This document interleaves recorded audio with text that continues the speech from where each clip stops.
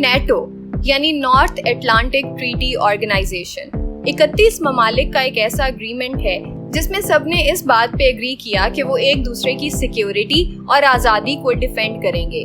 یعنی اس کی ممبر سٹیٹس میں سے کسی ایک پر بھی اگر کوئی اور سٹیٹ اٹیک کرتی ہے تو سارے نیٹو ممبران اس کی حمایت کریں گے.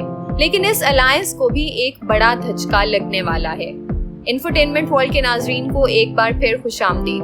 اگر آپ ہمارے چینل پر نئے ہیں تو اسے فوراً سبسکرائب کریں تاکہ آپ کو ہماری ویڈیوز بر وقت ملتی رہیں. کیا آپ جانتے ہیں کہ نیٹو کی بنیاد برٹن یعنی یونائٹڈ کنگڈم نے امریکہ کے ساتھ مل کے رکھی تھی اور اس وقت یو کے اکنامکلی کچھ اچھے حالات سے نہیں گزر رہا. اس وقت یو کے کی انفلیشن تقریباً پچھلے 40 سال کی بلند ترین سطح پر ہے. کافی بزنسز بند ہونے کی طرف جا رہے ہیں.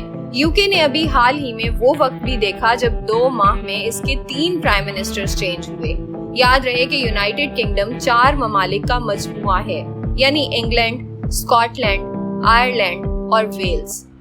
یہ مل کر یونائٹڈ کنگڈم بناتے ہیں اور اگر یو کے معاشی حالات کو سائڈ پہ رکھ دیں تو بھی ایک بہت بڑا خطرہ ہے جو اس وقت یو کے پر منڈلا رہا ہے اور وہ ہے اس کے ایک ملک اسکاٹ لینڈ کی آزادی. جی ہاں، اسکاٹ لینڈ اپنی ایک الگ ریاست قائم کرنا چاہتا ہے. 2014 میں یو کے نے اسکاٹ لینڈ کو آزادی کے لیے ووٹنگ کروانے کی اجازت دی. تب یو کے کیونکہ یورپین یونین کا حصہ تھا لہٰذا اسکاٹ لینڈ کے تقریباً 55% لوگوں نے یو کے ساتھ ہی رہنے کو ووٹ کیا اور اس طرح آزادی کی یہ موومنٹ تب ناکام ہو گئی. پھر 2016 میں یو کے میں ووٹ کروائے گئے کہ یو کے کو یورپین یونین سے الگ ہونا چاہیے یا نہیں. تب اسکاٹ لینڈ کے 62% لوگوں نے یورپین یونین کا حصہ رہنے کو ترجیح دی. لیکن کیونکہ ویلز اور انگلینڈ کے لوگوں کے ووٹ کچھ زیادہ تھے لہٰذا یو کے یورپین یونین سے الگ ہو گیا. حالانکہ اسکاٹ لینڈ کے لوگ یورپین یونین کا حصہ ہی رہنا چاہتے تھے.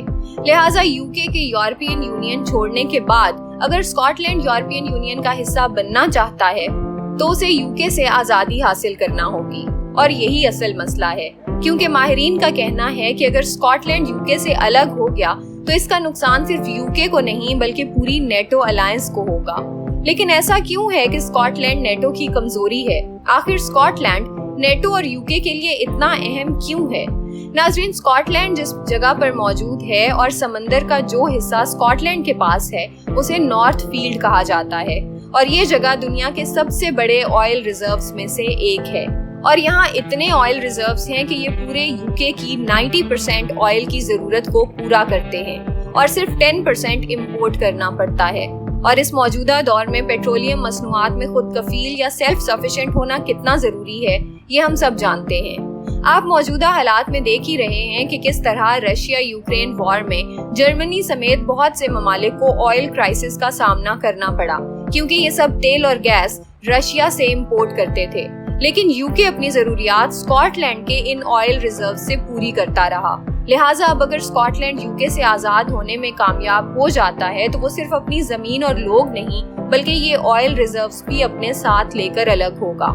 اور اس سے یو کے کی اکانومی جو کہ آئل انڈسٹری سے بڑی سپورٹ حاصل کرتی ہے وہ ڈوب جائے گی کیونکہ اسکاٹ لینڈ لیگلی 95% تیل کے ذخائر کا مالک بن چکا ہے اور یو کے کا اس زون میں موجود تیل کے ذخائر پر کوئی حق نہیں بلکہ ان کے حصے میں صرف 5% آئل ریزروز آئیں گے. اور اس کے بعد ہوگا یہ کہ یو کے کو اپنی آئل ریکوائرمنٹس کو پورا کرنے کے لیے باقی ممالک کو اپروچ کرنا پڑے گا. آئل امپورٹ ہونے لگے گا جس سے یقیناً اس کی اکانومی کو بڑا دھچکا لگے گا کیونکہ اس کی ڈومیسٹک آئل انڈسٹری تباہ ہو جائے گی.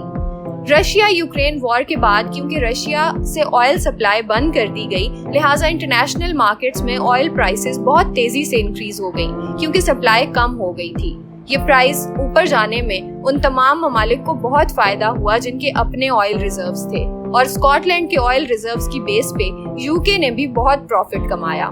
اور یہی چیز اسکاٹ لینڈ کو بھی الگ ہونے پر اکسا رہی ہے کیونکہ الگ ہونے سے ان کی اکانومی صرف مضبوط ہی ہوگی. یہ پورا آئل پروفٹ یو کے کی بجائے اس کی اپنی اکانومی کو اسٹرانگ کرے گا. اس سب کے بعد یو کے کو اگلا خطرہ یہ ہوگا کہ آئرلینڈ بھی الگ ہونے کی ڈیمانڈ رکھ دے گا اور اس طرح United Kingdom the great British empire صرف انگلینڈ اور ویلز تک محدود ہو جائے گی. یہ تو تھا نقصان انگلینڈ کو اگر اسکاٹ لینڈ ان سے الگ ہو جائے. اگلا سوال یہ ہے کہ اسکاٹ لینڈ کے الگ ہونے سے نیٹو کو کیا خطرہ ہے.